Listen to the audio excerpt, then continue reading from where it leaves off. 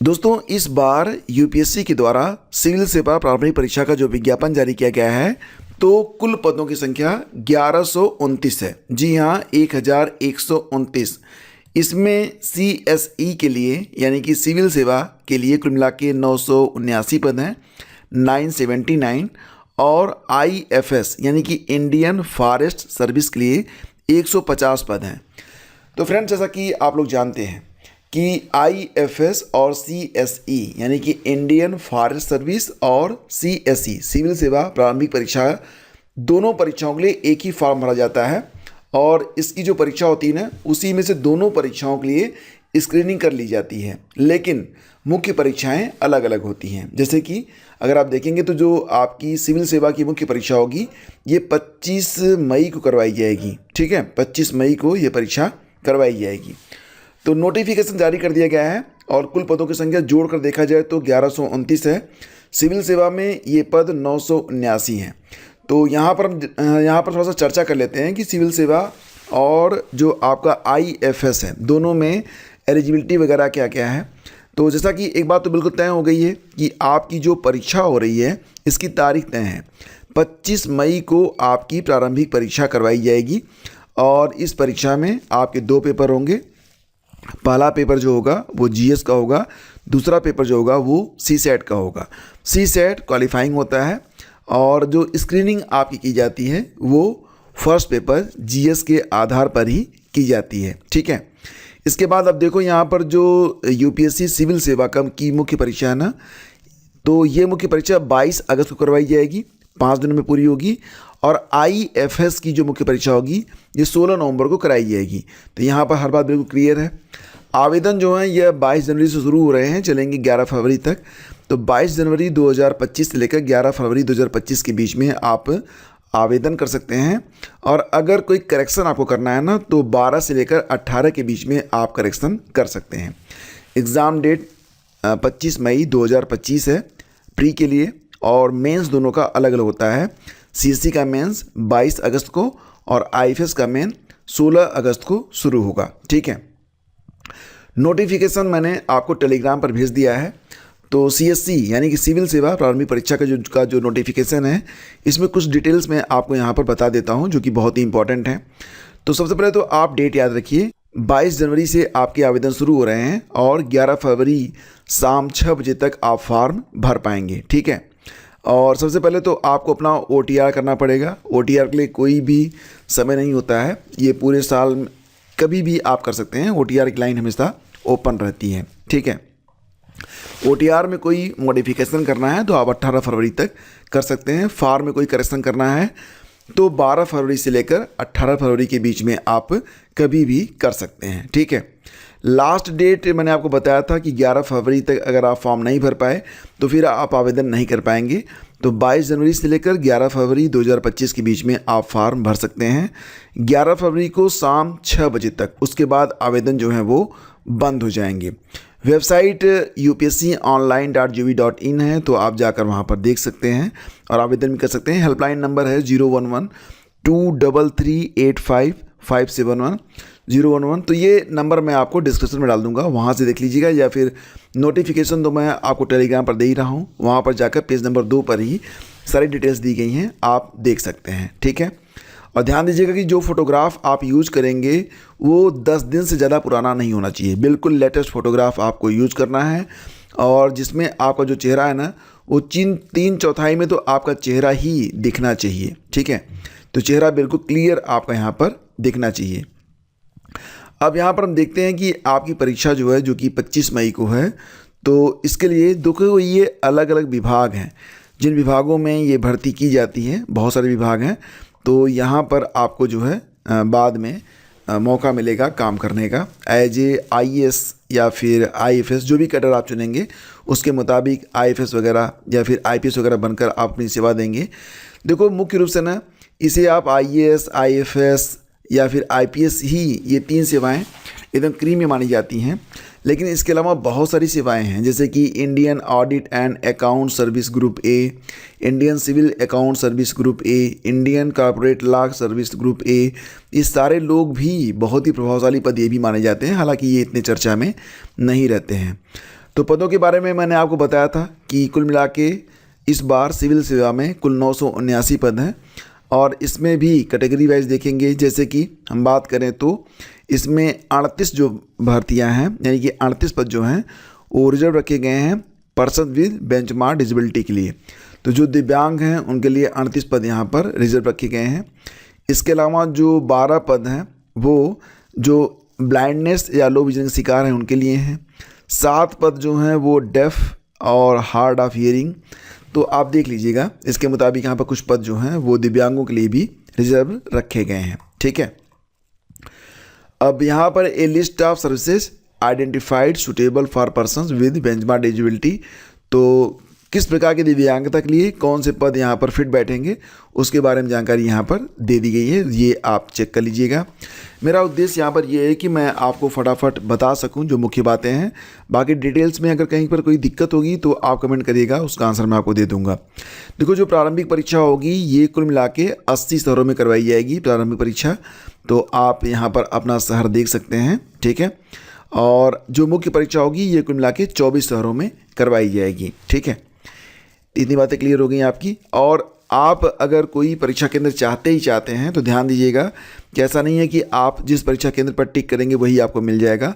इसलिए जितनी जल्दी हो सके आप जितनी पहले फॉर्म भरेंगे उतनी जल्दी आपको ये सेंटर जो है मिलेगा। यानी कि ये फर्स्ट कम फर्स्ट अलॉट वाला सिस्टम है, पहले आओ पहले पाओ। तो अगर आपको मनपसंद अपना परीक्षा केंद्र चाहिए तो आपको आवेदन पहले कर लेना चाहिए, लास्ट टाइम में तो पता नहीं। प्लान ऑफ एग्जामिनेशन, तो फ्रेंड्स यहाँ पर कुल मिला के 3 स्तर की परीक्षा करवाई जाती है। सबसे पहले आपकी प्री की परीक्षा होगी जो कि स्क्रीनिंग होती है। इसके बाद मेंस होगा प्लस इंटरव्यू होगा और आपकी जो फाइनल रेट बनेगी वो मेंस और इंटरव्यू के अंक के आधार पर बनेगी। आगे मैं डिटेल आपको बता रहा हूँ। तो यहाँ पर कौन कौन से लोग आवेदन कर सकते हैं, तो सबसे पहले तो आप यहाँ पर एज लिमिट देख सकते हैं कि आपकी जो उम्र है वो 21 साल से लेकर 32 साल के बीच में होनी चाहिए। ठीक है, 21 से लेकर 32 साल के बीच में होनी चाहिए। उम्र की गणना 1 अगस्त 2025 से की जाएगी। यहाँ पर ध्यान दीजिएगा कि जो SC ST कैंडिडेट हैं उनको 5 साल की, OBC को 3 साल की और जो डिफेंस सर्विस के यहाँ पर अभ्यर्थी होंगे उनको भी 3 साल की छूट यहाँ पर दी जाएगी। बाकी कुछ और भी छूट यहाँ पर दी जा रही है, तो आप नोटिफिकेशन चेक कर लीजिएगा। ठीक है, इसके बाद आगे बढ़ते हैं। तो आवेदन करने के लिए अगर आप स्नातक में हैं या फिर स्नातक फाइनल ईयर यानी कि अपीयरिंग में हैं तो भी आप यहाँ पर आवेदन कर सकते हैं। लेकिन अगर आप अपीयरिंग में हैं और आवेदन कर रहे हैं तो एक बात का ध्यान रखिएगा कि ऐसी कंडीशन में जब आपसे कहा जाए, यानी कि जब आपका इंटरव्यू वगैरह होगा, जब सारे डॉक्यूमेंट वेरिफिकेशन होगा, उस समय आपको अपना फाइनल डॉक्यूमेंट शो करना पड़ेगा। तो उसको देख के ही आप यहाँ पर आवेदन कीजिएगा। वैसे मैं आपको बता दूँ कि अगर आप CSE में यानी कि सिविल सेवा प्रारंभिक परीक्षा में सिविल सेवा में अगर आप आवेदन करना चाहते हैं तो सिंपली किसी भी विधा से आप ग्रेजुएट हों आप आवेदन कर सकते हैं। वहीं पर अगर आप IFS में आवेदन कर रहे हैं तो इसके लिए जो एलिजिबिलिटी है वो क्या रहेगी, तो यहाँ पर देखेंगे 8 नंबर पेज पर आपको एलिजिबिलिटी बताई गई है। तो फ्रेंड्स यहाँ पर कौन कौन से लोग आवेदन कर सकते हैं ये आप यहाँ पर देख लीजिए। तो अगर आपने स्नातक में क्या क्या पढ़ा हुआ है, एनिमल हस्बेंड्री पढ़ा है या फिर वेटरनरी साइंस पढ़ा है या फिर botany, chemistry, geology, mathematics, physics, statics या जूलॉजी में से कुछ भी आपने पढ़ा हुआ है, या फिर आपने agriculture bachelor degree in agriculture या फिर फॉरेस्ट्री और इन engineering of any of universities, तभी आप यहाँ पर आवेदन कर सकते हैं। यानी कि IFS में आवेदन करने के लिए आपको कुछ शर्तों के साथ आपका स्नातक होना चाहिए, बाकी सामान्य स्नातक आप CSE में आवेदन कर सकते हैं। ठीक है, इतनी बातें बिल्कुल क्लियर हो गई हैं आपकी। अब आगे बढ़ते हैं और नंबर ऑफ़ अटैम्प्ट देखते हैं। तो अगर आप अनारक्षित श्रेणी के अभ्यर्थी हैं तो उम्र सीमा के अंदर आपको 6 मौके आपको दिए जाते हैं उम्र सीमा के अंदर, यानी कि 21 से लेकर 32 साल के बीच में आप 6 बार परीक्षा में बैठ सकते हैं। वहीं पर अगर आप SC ST कैंडिडेट हैं तो आप अनलिमिटेड, मतलब जब तक आपका मन करे, आपकी जब तक उम्र सीमा है तब तक आप बैठ सकते हैं। तो SC ST को मैक्सिमम जो है ना 32 और 5 37 साल तक जितने भी अवसर वो लेना चाहें ले सकते हैं। OBC को 9 मौके मिलते हैं और जो PWBD हैं तो उसमें 9 मौके मिलेंगे यहाँ पर अलग अलग कैटेगरी के लिए कुल मिला जुला के, ठीक है। तो ये ध्यान रखिएगा कि कितने अवसर आपको मिलने वाले हैं। एक बात और भी यहाँ पर ध्यान रखिएगा कि an attempt at a pre examination shall be deemed to be attempt at the civil services examination. तो अगर आप एक बार प्री परीक्षा में बैठ जाते हैं, पास हो ना हो, तो आपका वो एक अटैम्प्ट माना जाएगा, ये बिल्कुल आप मान के चलिएगा। And if a candidate actually appears in any one paper, अगर आप परीक्षा में किसी भी एक पेपर में सम्मिलित हो जाते हैं और मान लेते हैं कि आपने जीएस का पहला पेपर दिया, सेकंड पेपर आपने छोड़ दिया, तो ये आपका एक अटैम्प्ट काउंट किया जाएगा। और एक बार आपने फॉर्म भर दिया तो आप फॉर्म विड्रा नहीं कर सकते हैं।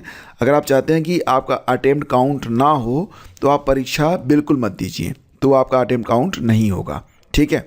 तो सारी बातें यहाँ पर समझ गए आप। फ़ीस बहुत कम रहती है, फ़ीस यहाँ पर 100 रुपये रखी गई है, नियमानुसार आपको छूट भी मिल सकती है, ठीक है। तो 100 रुपये फ़ीस। और आवेदन करने के लिए सबसे पहले आपको अपना OTR करना पड़ेगा, इसके बाद आसानी से आप आवेदन कर सकते हैं। करेक्शन आपका 12 फरवरी से लेकर 18 फरवरी के बीच में आप कर सकते हैं, ठीक है। सारी बातें हम यहाँ पर पहले ही बातचीत कर चुके हैं, सारी बातें आपकी बिल्कुल क्लियर हैं। इसके बाद आगे बढ़ें तो देखो यहाँ पर नोटिफिकेशन काफ़ी लंबा चौड़ा है, कुल मिला के 157 पेज का नोटिफिकेशन है। और अब मैं आपको सबसे महत्वपूर्ण बात बताने वाला हूँ कि ये जो परीक्षा होती है किस प्रकार से होती है। तो फ्रेंड्स, जैसा कि आप यहाँ पर समझ लीजिए, जो आपकी प्री की परीक्षा होगी उसमें 2 पेपर रहेगा। पहला पेपर जीएस का, दूसरा पेपर सीसेट का, जो कि क्वालिफाइंग रहेगा। तो सीसेट में कुल मिला के 33% अंक आपको लेकर आने ही आने होंगे, यानी कि 200 में 66 अंक आपके बनने चाहिए। और जो आपका पहला पेपर होगा तो इसमें भी कुल मिला के 200 अंकों की परीक्षा होगी, और यहीं से मैक्सिमम जितना नंबर आप उठा सकते हैं उठा लीजिए, क्योंकि यहीं पर आपकी स्क्रीनिंग इसी पेपर 1 के आधार पर की जाती है। और जो पेपर आएगा वो हिंदी और अंग्रेजी दोनों में छपा रहता है, बाइलिंगुअल रहता है। मेन का जो एग्ज़ाम होता है इसके बारे में आपको बता देते हैं। तो देखो यहाँ पर ना 2 पेपर क्वालिफाइंग रहते हैं, पहला पेपर A, दूसरा पेपर B। तो कोई भी भारतीय भाषा जो कि 8वीं अनुसूची में है, तो उसमें जो भी भाषाएं दी गई हैं कोई भी एक भाषा आपको चुनना है, प्लस आपको इंग्लिश। तो 300 नंबर मतलब किसी भी भाषा से, और 300 नंबर अंग्रेजी में। आपको यहाँ पर क्वालिफाइंग पेपर ये 2 हो जाएंगे, इसमें शामिल होना और पास करना इनको ज़रूरी है। और मेरिट आपकी कैसे बनेगी, तो यहाँ पर देखो जो मेरिट बनने वाले पेपर हैं उसमें सबसे पहला पेपर रहेगा आपका एसे का, आपको एसे लिखना पड़ेगा। एसे का पेपर रहेगा कितने का, 250 नंबर का रहेगा। आपका जो पेपर 2 है ये जनरल स्टडीज फर्स्ट। पेपर 3, अब यहाँ पर आपको बता दें कि आपके कुल जीएस के कितने पेपर होंगे, तो जीएस के कुल मिला के यहाँ पर आपके 4 पेपर रहने वाले हैं, ठीक है। तो जीएस के 4 पेपर हो जाएंगे, और एक विषय आपका रहेगा जिसके 2 पेपर होंगे। तो एक विषय का 2 पेपर, जीएस के 4 पेपर, और एक पेपर आपका एसे का। ये सारे अंक जुड़ेंगे, और इस प्रकार से अगर आप देखेंगे ना तो कुल मिला के 1750 अंक का आपकी मुख्य परीक्षा हो जाएगी, और 275 नंबर का इंटरव्यू हो जाएगा। फाइनल मेरिट बनेगी आपकी 2025 अंकों पर। आप समझ गए।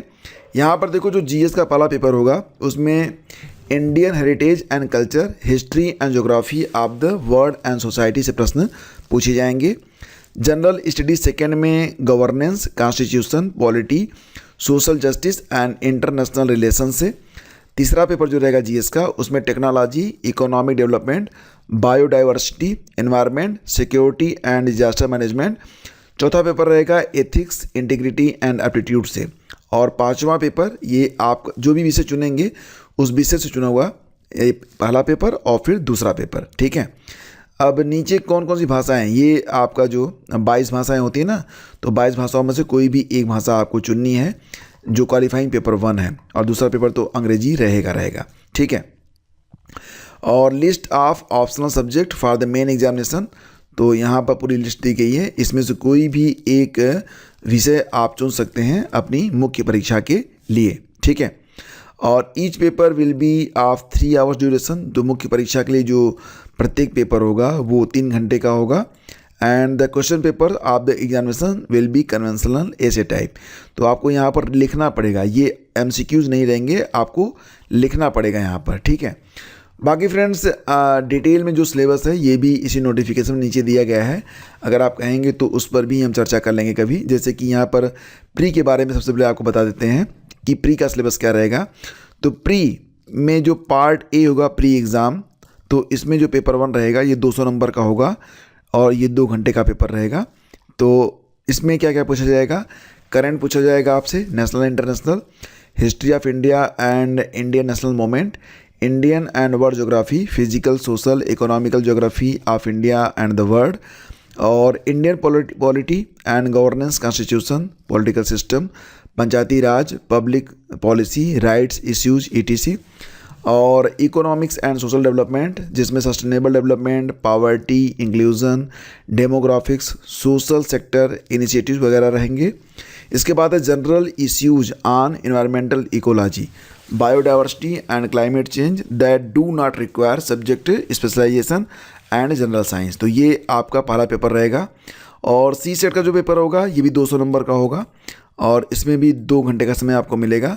इसमें कॉम्प्रिहेंशन है, interpersonal skills including communication skill, logical reasoning and analytical ability, decision making and problem solving, general mental ability, basic numeracy जिसमें number and their relations, order of magnitude ETC, तो ये सारी चीज़ें, और interpretation, charts, graphs, tables, data sufficiency ETC वगैरह।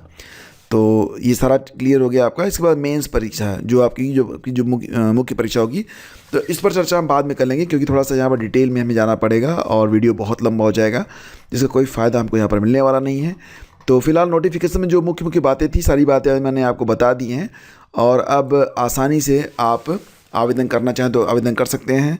Notification आपको directly अगर download करना है तो आप टेलीग्राम पर आ सकते हैं या फिर आप studyvithgyanprakash.com पर जा सकते हैं या फिर आप जो डायरेक्ट लिंक है डिस्क्रिप्शन में उस पर क्लिक करके ऑफिशियल वेबसाइट से जाकर भी आप डाउनलोड कर सकते हैं। तो बहुत सारे ऑप्शन आपके पास हैं।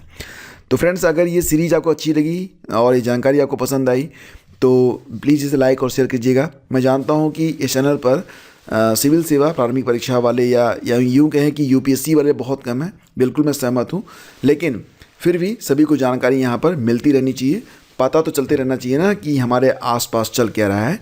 इसीलिए ये सारी जानकारी मैं यहाँ पर प्रतिदिन आपको शेयर करता रहता हूँ जो कुछ आपके पास शिक्षा जगत, नौकरी वगैरह से जुड़ा हुआ रहता है। तो मिलते हैं आपसे अगले वीडियो में। इसे लाइक और शेयर कर दीजिएगा। धन्यवाद आपका।